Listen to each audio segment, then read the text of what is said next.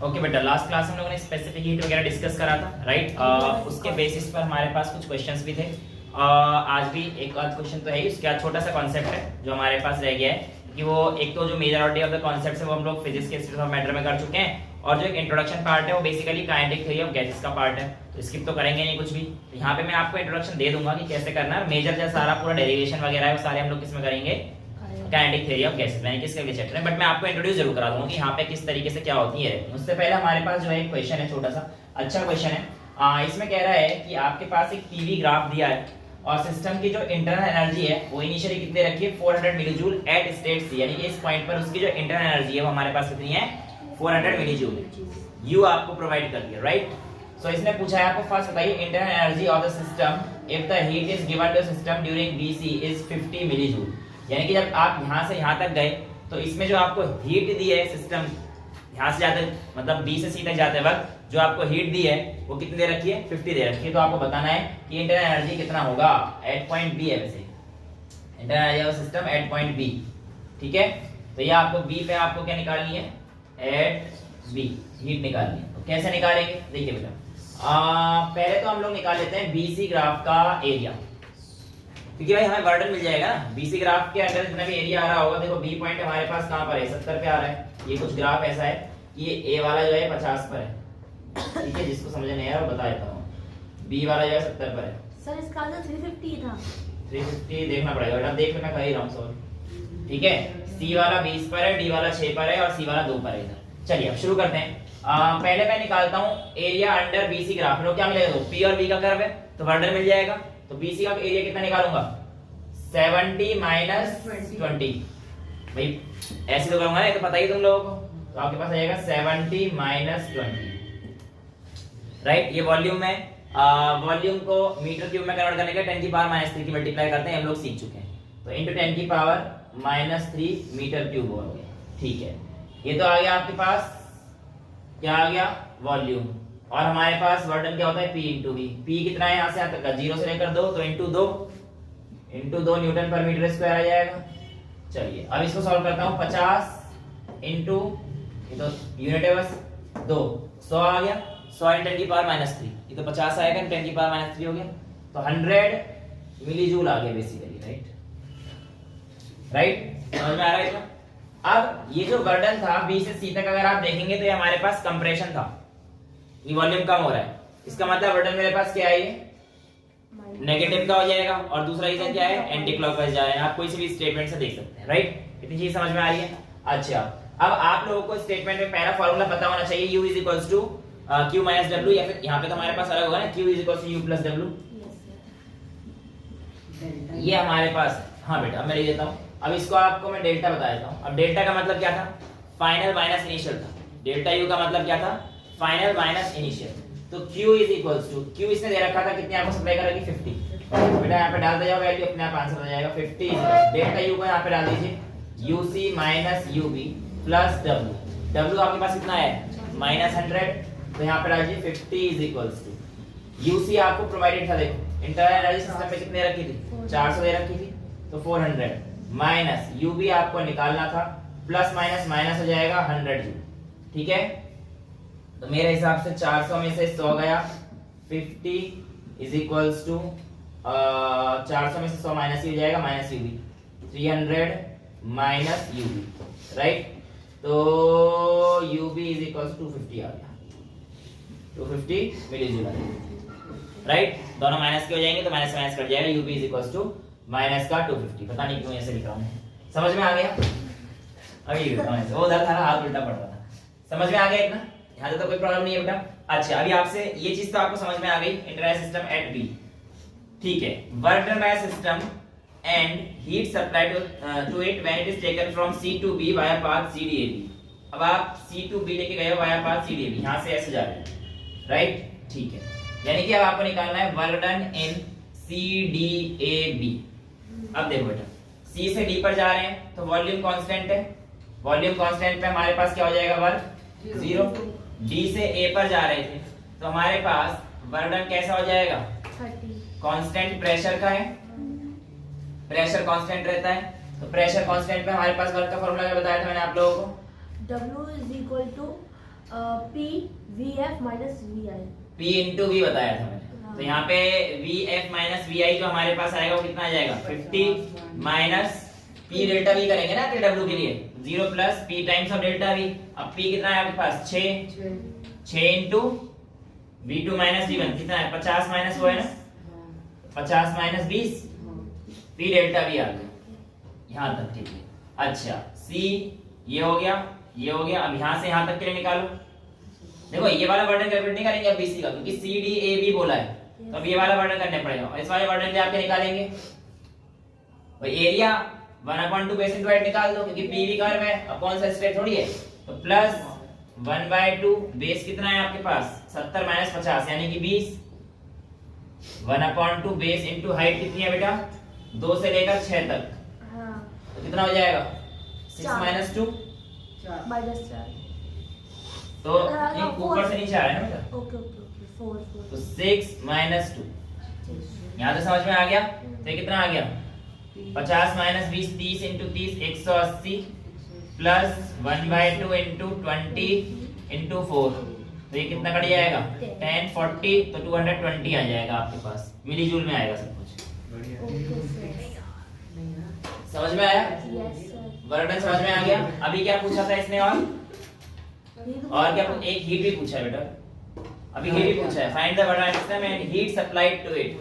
तो हीट हमारे पास फार्मूला क्या है Q is equals to delta U plus W। अब आप कहाँ गए हो CDAB, तो इंटरनल एनर्जी इस बार क्या है ये, और फाइनल क्या है आपके पास B की जो इंटरनल एनर्जी होगी। तो Q आपसे पूछा था डेल्टा U की वैल्यू कितनी आएगी, स्टेट सी पे तो 400 गिवन है। हाँ तो बेटा इस बार UC हमारे पास ये है ना, तो इस बार आ जाएगा 250। सर कितना आएगा 250। हाँ बेटा क्लॉकवाइज नहीं होगा, कौन सा क्लॉकवाइज है बेटा, ओके क्लॉकवाइज तो कर रखा है मैंने सारा, क्लॉकवाइज सारी प्लस की होती है अपना एंटी बोला था ना बेटा। एंटी सिर्फ B और C के लिए बोला था, वही वो B और C के लिए एंटी था, हमने पहले इंटरनल एनर्जी निकाली थी। तो डेल्टा U जो हमारे पास आएगा वो क्या आ जाएगा, देखो यहाँ से शुरू किया है ना और यहाँ पे क्या है, तो आप लिखेंगे इसे UB minus UC plus W। तो UB आपके पास निकाल लिया था आपने कितना 250, UC आपको दे रखा था 400 प्लस वर्डन आपके पास कितना आया था 220। तो इससे आप डेल्टा Q निकाल सकते। Okay sir. समझ में आया क्वेश्चन, यहाँ तो किसी कोई प्रॉब्लम नहीं है। तो ये आपके पास एक छोटा मोटा क्वेश्चन होता है। हाँ कुछ बुक्स में ना एक चीज और है जो मैंने देखी थी, हालांकि क्यों किया है इसका रीजन है बट स्पेसिफिक नहीं है। एक्चुअली मैंने क्या कर रखा है कि 6 प्लस 2 भी कर रखा है। रीजन क्या है 6 प्लस 2 करने का, एक्चुअल में मैंने क्या है P2 माइनस P1 किया है, P2 माइनस P1 किया है, बट P2 माइनस नीचे घट रहा है ना, तो वो माइनस P1 कर दिया है। अच्छा तो हो सकता है आपको आंसर इसको प्लस 2 वाला मिल जाए, यानी कि 750 ये कितना आ गया 8 आ गया ना इंटू 8, ऐसे भी आपको आंसर मिल सकता है। 8 करोगे तो 80 180 प्लस तो 2 दोनों तो नहीं देगा पक्का, दोनों आंसर को नहीं देगा। प्रेफर कौन सा करेंगे? ये वाला कर लेना, ये वाला ज्यादा प्रेफर है क्योंकि हम लोग नीचे आ रहे हैं तो P2 माइनस P1 तो माइनस माइनस P1 कर लेते हैं, ठीक है। तो प्लस मिल जाएगा तो 260, फिर से यहां से जो है इसको भी 260, ये भी आप कर सकते। अगर इससे आंसर नहीं आए तब आप अपने मेथड पे जाना, P2 माइनस P1 मतलब वैल्यू मैग्नीट्यूड लेके 6 माइनस 2 समझ में आता है ना। तो जो मेरे पास बुक है उसमें भी कर रखा है, बट मैंने आपको जो तरीका करा रखा था पहले P2 माइनस P1 वो यूज किया है, बट उसका जो कॉन्सेप्ट है वो ये समझ में आती है इतनी चीजें। आगे बढ़े। अच्छा लास्ट लेक्चर में मैंने आपको एक छोटा सा इंट्रोडक्शन दिया था किसका, CP और CV का, याद है। CP और CV को बताने के बाद अब मैं आपका एक नई चीज से इंट्रोडक्शन करा रहा हूं जो आज तक आप लोगों ने नहीं पढ़ी है, उसका नाम है डिग्री ऑफ फ्रीडम। क्या है बेटा, डिग्री ऑफ फ्रीडम। अभी डिग्री ऑफ फ्रीडम क्या है कैसे है इसको पूरा अगले चैप्टर में करेंगे, बट यहाँ पे क्योंकि बुक्स में दिया गया है तो हम लोग स्किप तो नहीं कर सकते, इसलिए मैं आप लोगों को समझा देता हूँ डिग्री ऑफ फ्रीडम क्या है।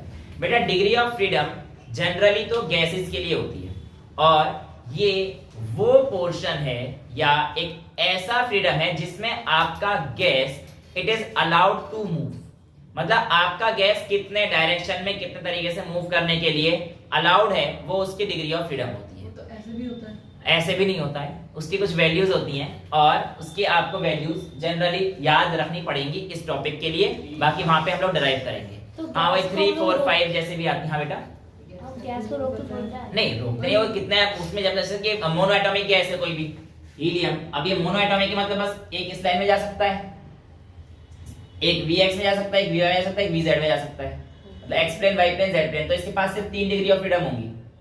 लेकिन अगर वहीं पर हीलियम हो गया ना ऐसे सिंपल एक पॉइंट पे, ये तो फिर ऐसे जा सकता है। लेकिन अगर मैं ऑक्सीजन की बात करता हूं डायटोमिक मॉलिक्यूल की, तो O और O ये हो गया, एक्स वाई जेड तो रहेगा ही रहेगा, प्लस ये ऐसे भी घूम सकता है पीछे की तरफ जाके, ये थोड़ी पीछे घूम सकता है, ये पीछे भी जा सकता है, पीछे से आगे, तो इसकी 5 डिग्री ऑफ फ्रीडम हो जाएगी, है ना। इस तरीके से हम लोग ये सब चीज सीखेंगे अलग अलग उसमें। लेकिन अभी मैं आपको कंफ्यूज नहीं करना चाहता कि इसको इंट्रोड्यूस यहाँ पे कर दूं और आपको जो है बहुत जल्दी, क्योंकि नया टॉपिक है, बिल्कुल तरीके से करना शुरू से तो आराम से कर लेंगे ना, क्यों बेकार में यहाँ पे जल्दबाजी में भगाऊं, है ना। आराम से भागेंगे नहीं, तो आराम से करेंगे, उसकी टेंशन छोड़ो। अभी आपको समझाता हूँ डिग्री ऑफ फ्रीडम को क्यों इंट्रोड्यूस कराना है। क्योंकि आपको मैंने एक टर्म इंट्रोड्यूस कराया था गामा। गामा रेशियो किसका था बेटा? Cp/C।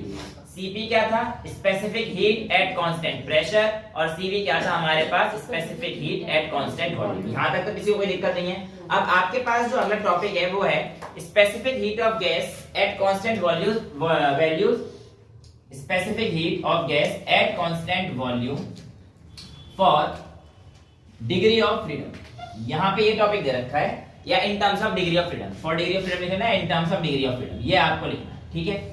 अब डिग्री ऑफ फ्रीडम हमारे पास हर एक गैस की अलग है, कितनी है क्या है ये मैं आपको थोड़ी देर में डेटा के साथ दे दूंगा। लेकिन उससे पहले मैं आप लोगों को डिग्री ऑफ फ्रीडम की टर्म्स में जो हमारे पास इंटरनल एनर्जी लिखी जाती है वो अभी के लिए मैं बता रहा हूं, पक्का बता दूंगा अगली क्लास में, मतलब अगले चैप्टर में। अभी के लिए आप याद कीजिए कि internal energy in terms of degree of freedom होती है N into F/2 RT। Degree of freedom को यूज नोट करते हैं? नहीं बेटा, डिग्री ऑफ फ्रीडम F से, ये तो हमारे पास internal energy in terms of degree of freedom हम लोग इसको इससे डिनोट करते हैं, ठीक है। अब अगर मैं कहता हूं चेंज इन इंटरनल एनर्जी को डिनोट करना है तो मेरा कितना हो जाएगा? For change in internal energy N into F/2 R times of delta T हो जाएगा, राइट। और आपको ये चीज भी पता है कि डेल्टा U हमारे पास क्या होता था? NCV डेल्टा TV हुआ करता था, राइट। अब जरा ये देखना, इस इक्वेशन को फर्स्ट मान लीजिए, इस इक्वेशन को सेकंड मान लीजिए, बस ये याद रखना है अभी के लिए। आई एम सॉरी बट मैं करा दूंगा इस रिवीजन, कोई दिक्कत नहीं। इन दोनों इक्वेशन को अगर आप कंपेयर करेंगे, देखो n से n गया, हां Cv की वैल्यू क्या इसकी नहीं है, देखो डेल्टा T से डेल्टा T गया, तो Cv तो बचाइए। तो जब आप इन दोनों को कंपेयर करेंगे तो you can have Cv is equals to, तो ये आप लोगों के पास क्या होती है Cv की टर्म्स में आंसर आता है कि Cv कितना होता है? F/2R। अब यहां पर हमारे पास क्या होता है? मोनो टाइप्स ऑफ गैस हमारे पास 3 तरीके की हैं, वैसे तो 4 हैं बट अभी के लिए 3 समझ लो। फर्स्ट है आपके पास मोनो एटॉमिक जिसकी डिग्री ऑफ फ्रीडम होती है बेटा 3, वही Vx Vy Vz वाली, ठीक है। दूसरी होती है बेटा हमारे पास डायटोमिक की डिग्री ऑफ फ्रीडम कितनी होती है बेटा हमारे पास? 5। और तीसरी हमारे पास होती है, वैसे तो पॉलीएटॉमिक, ट्राइएटॉमिक बोल देते हैं पर मैं पॉलीएटॉमिक करा देता हूं। पॉलीएटॉमिक में भी हमारे पास 2 तरीके की होती है, एक होती है लीनियर, एक होती है नॉन लीनियर। तो अभी हम लोग नॉन लीनियर वाले केस लेके चल रहे हैं, नॉन लीनियर वाला केस लेके चल रहे हैं। तो नॉन लीनियर के लिए हमारे पास डिग्री ऑफ फ्रीडम कितनी होती है बेटा? 6 होती है, राइट। यहां तक किसी बच्चे को कोई दिक्कत नहीं है। अब यहां पर अगर मैं वैल्यू डाल देता हूं इसमें, तो मेरे पास Cv की वैल्यू देखो फॉर मोनो एटॉमिक गैस कितनी आ जाएगी? Cv for mono atomic gas कितनी आ जाएगी? F की जगह डाल दूंगा 3, तो कितना आ जाएगा? 3/2R, ठीक है। इसको 1.67 भी लिखा है किसी किसी किताब में, 1.66 भी लिखा है, एक ही बात है। इसको 1.5 आ रहा है, 2 निकले तो 1.5 है ना, हाँ 3/2 1.5, ठीक है। अच्छा नेक्स्ट है हमारे पास तो Cv की वैल्यू क्या हुई? 1.6 1.5 आ गई ना, ओके ये सीधा आ रहा है, अभी आएगा। Cv फॉर डायटोमिक, ये सिर्फ Cv निकल रहा है, वो मैं आपको गामा की वैल्यू बता रहा था, अभी निकालेंगे। Cv फॉर डायटोमिक कितनी आ जाएगी? 5/2R, राइट, समझ में आ रहा है। ऐसी Cv फॉर ट्राइएटॉमिक गैस कितनी हो जाएगी बेटा आपके पास? अरे 6/2 करोगे 6/2 तो 3R हो जाएगा, राइट। समझ में आता है यहां तक? यहां तो कोई दिक्कत नहीं है, क्लियर है सारी चीजें। अब आप लोगों को एक रिलेशन भी कराया गया था, क्या? मेयर्स फॉर्मूला याद करिए, Cp - Cv = R कराया था। अब आप लोगों के पास जब Cp - Cv = R कर रखा है तो मैं कह सकता हूं Cp अगर मुझे निकालना है तो वो कितना हो जाएगा? R + Cv हो जाएगा, R + Cv हो जाएगा सिंपली। अब R प्लस CV में जो CV की वैल्यू है वो कितनी है F/2R, तो आपके पास CP कितना हो जाएगा R प्लस, इसको लिख दो CV की जगह yes sir F/2R, R common ले लेता हूं तो हमारे पास कितना आ जाएगा 1 प्लस F/2।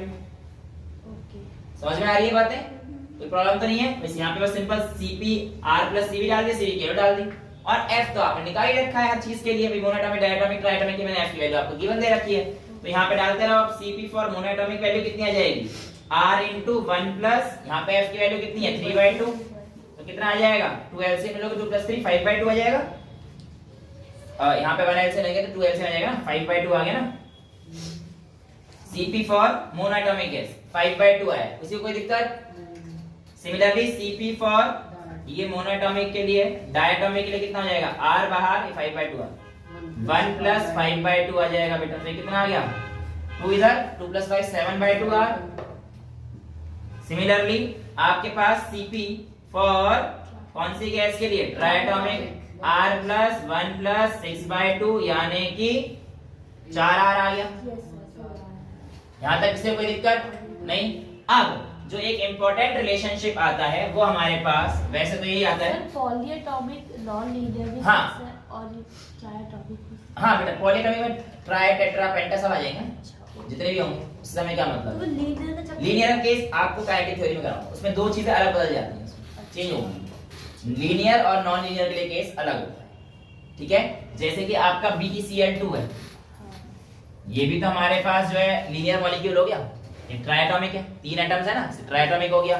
लेकिन SO2 का जो मॉलिक्यूल आता है ये नॉन लीनियर है, SO3 SO2 का ये नॉन लीनियर हो गया।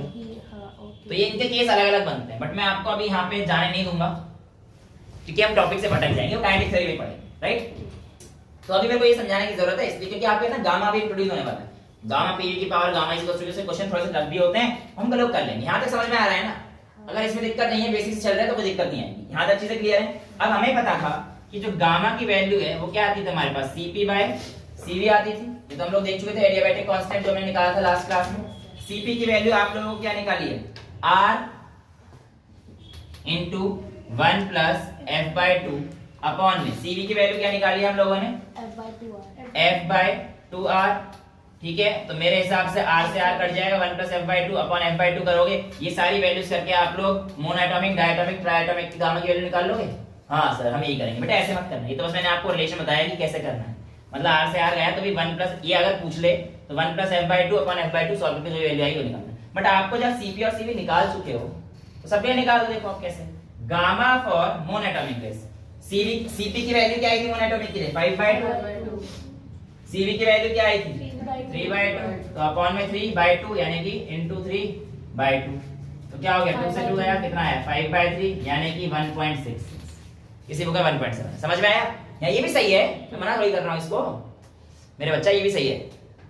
इसमें पर ये बहुत लंबा पड़ जाएगा ना, तुम्हारे पास सीधा वैल्यू दे रखी है, सीधा निकाल लो, तो आ जाएगा gamma for monoatomic. Gamma for diatomic क्या करोगे दोबारा से CP/CV, CP कितना आया डायटॉमिक के लिए 7/2, और वो कितना आया था हमारे पास 5/2, तो इनटू 2/5 कितना आ गया बेटा हमारे पास 7/5, ये कितना आ गया 1.4।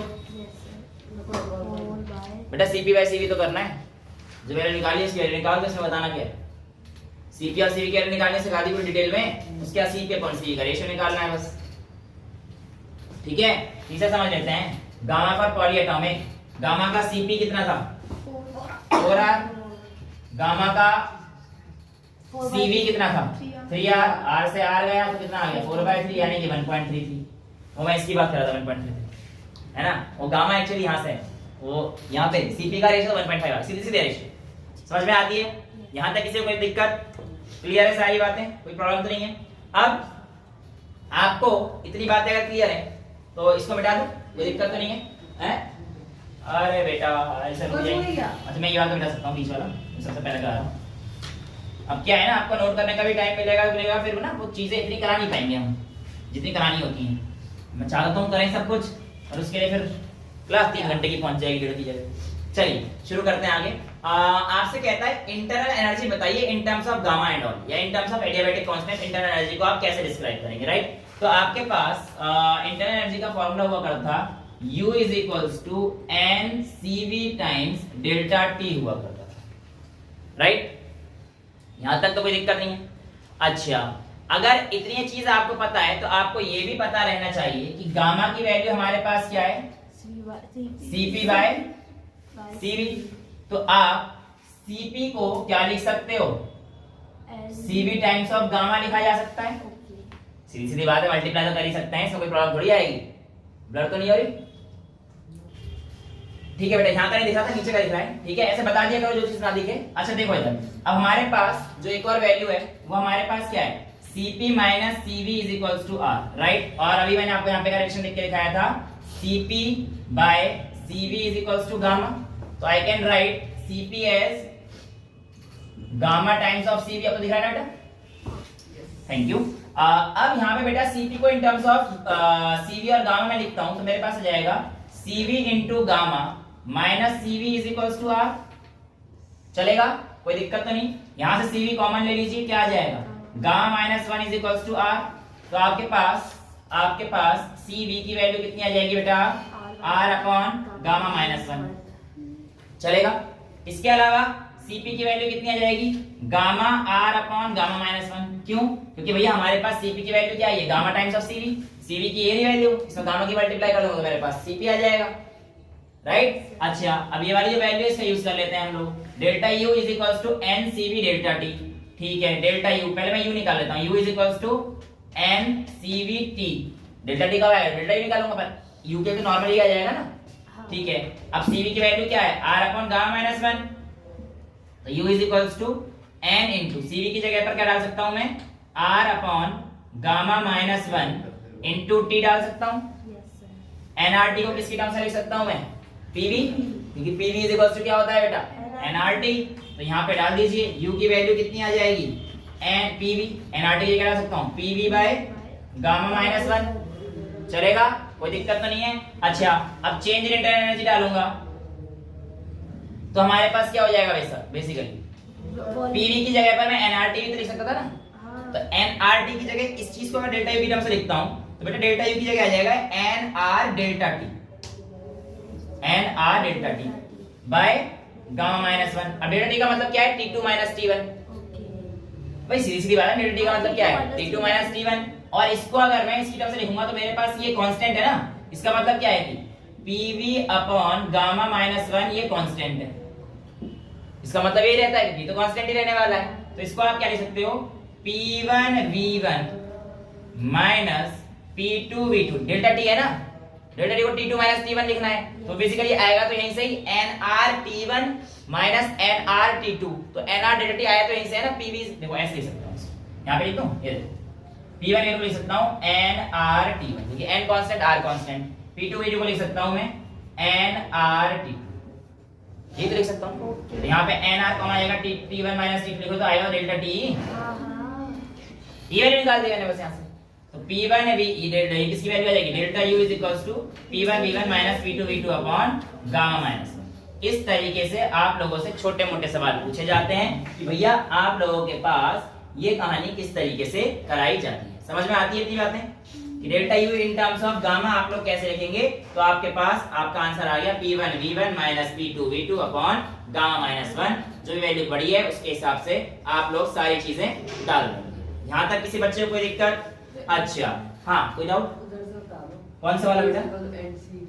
बेटा NCV डाला, CV की वैल्यू डाली मैंने, फिर R अपॉन गामा माइनस 1। उसके बाद मैंने nRT को PV लिख दिया और डेल्टा t लिखूंगा तो डेल्टा t लिखना पड़ेगा। और डेल्टा t को मैंने यहाँ पे एक्सप्लेन कर दिया कैसे आया था, तो मैंने इसी जगह P1V1 माइनस P2V2 लिख दिया, बस बात तो सारी हुई है, राइट। अब हमारे पास different process in first law of thermodynamics. मैं बहुत ज्यादा डिटेल में नहीं जाऊंगा कि हम लोगों ने थर्मोडायनेमिक्स जो स्टेट्स ऑफ मैटर था वहां पे, जो सॉरी स्टेट्स ऑफ मैटर था वहां पे ये सारी चीजें हम लोग बहुत डिटेल में डिस्कस कर चुके हैं। कौन कौन सी कह रहा हूं मैं, आइसोथर्मल प्रोसेस में कौन सा कांस्टेंट रहता है, आइसोबारिक में कौन सा कांस्टेंट रहता है, उनके ग्राफ, ये सारी चीजें हम लोग बहुत आराम से केमिस्ट्री में डिटेल्स में डिस्कस कर चुके हैं, राइट। तो हमारे पास अभी केमिस्ट्री की बुक ही है मेरे पास ये, तो मैं आपको सीधे सीधे जो केमिस्ट्री की बुक है उसी से आपको बता देता हूं कि आप लोगों ने कौन सा टॉपिक करना है। मैं पूरी इसकी वीडियोस भी यही बनी, शायद सिस्टम मैटर की थी, कुछ एक दो लास्ट की टॉपिक की डिलीट रह गई थी, लेकिन बाकी वही है हमारे पास। बॉयल्स मतलब वही है, कौन सा हेडिंग क्या डालोगे आप, different process in first law of thermodynamics. और में सबसे पहला हमारे पास कौन सा है बेटा, प्रेशर वॉल्यूम रिलेशनशिप, यानी कि आपके पास बॉयल्स लॉ में क्या आएगा, टेम्परेचर कांस्टेंट है ना, यानी कि पीवी का ग्राफ फर्स्ट आ जाएगा आपके पास जब आपके पास टेम्परेचर कांस्टेंट, यानी कि प्रोसेस कौन सा हो गया, आइसोथर्मल हो गया। तो इसमें हमारे पास PV is equals to constant आ जाएगा, राइट। ठीक है। तो आपके पास P1 V1 is equals to P2 V2 आ जाएगा, और आप कह सकते हो P1 bye P2 V2 bye V1। तो ये चीज आप लोगों के पास दे रखी है, ठीक है। सिमिलरली आपके पास आइसोबारिक प्रोसेस आ जाएगा। आइसोबारिक हमारे पास क्या था, V directly proportional to T था, हाँ। Pressure constant at constant pressure PV is equals to nRT, P constant हो गया तो V is directly proportional to T। आधा क्लियर है। तो बस V1 by T1 is equals to V1 by T1 is equals to V2 by T2, ये इधर आ जाएगा। V1 by T1 is equals to V2 by T2, ठीक है। इनके ग्राफ आप लोगों को याद होंगे, स्ट्रेट लाइन बनते थे इसका, जैसे यहाँ पे बनाना है मेरे को P वर्सेस V का ग्राफ, तो कैसे बनेगा देखो, PV, तो भैया इस तरह का ग्राफ बना था इसका, याद आ रहा है, T1 T2 T3 वाला, हाँ। वही सेम ग्राफ, ठीक है। इस तरीके से हमारे पास V और T का डायरेक्टली प्रोपोर्शनल था, T का हमारे पास ग्राफ आएगा। तो ये तीन आपको जो है प्रोसेस, तीसरा प्रोसेस हमारे पास कौन सा होता है, आइसोकोरिक। वेरी गुड, मेरे को देखने की जरूरत पड़ रही, आपको याद है आइसोकोरिक। आइसोकोरिक में हमारे पास क्या था, वॉल्यूम कांस्टेंट, यानी कि pressure directly proportional temperature PV, हाँ तो P आपके पास डायरेक्टली प्रोपोर्शनल हो जाएगा टेंपरेचर के, ठीक है, समझ में आता है। और जब टेंपरेचर कांस्टेंट हो जाएगा तो V, ये टेंपरेचर, ये ग्राफ ऐसे नहीं बनेगा, ये ग्राफ ऐसे बनेगा, इनवर्स रिलेशन है ना P और V का। तो Yes, ये आपके पास आइसोथर्म इंडिकेटर डायग्राम बोलते हैं इसको, ये आइसोथर्म लाइंस होती हैं, हाँ, आइसो। ठीक है, समझ में आती है ना इतनी चीजें। तो ये सारी चीजें आप लोगों के पास किससे रिलेटेड होती हैं, यही सारी प्रोसेस रहती हैं कि आइसोकोरिक में क्या रहता है, स्टिफिकेशन। सारे बॉयल्स लॉ किधर आ गए? नहीं, बॉयल्स लॉ का सिर्फ ये था ना, एक बॉयल्स लॉ था, एक चार्ल्स लॉ था, एक एवोगाड्रो लॉ था, ये अलग अलग थे ना सारे, हमने स्टोइकोमेट्री में करे, इसलिए मैंने यहाँ पे इतना टाइम वेस्ट नहीं करा। तो ये वाली चीजें आपके पास मेजरली ये सिखाने थी, और इसका ये था। अब इसके बाद जो एक इंपॉर्टेंट प्रोसेस जो हमारे लोग केमिस्ट्री में डिस्कस नहीं कर, सिर्फ नाम लेते हैं, वहां पे एक एडियाबैटिक प्रोसेस, एडियाबैटिक प्रोसेस है, ग्राफ एडियाबैटिक प्रोसेस की सारी चीजें वो हम लोग जो है नेक्स्ट क्लास में कर लेंगे। आज के लिए इतना ही रखते हैं, that's all for today, thank you so much.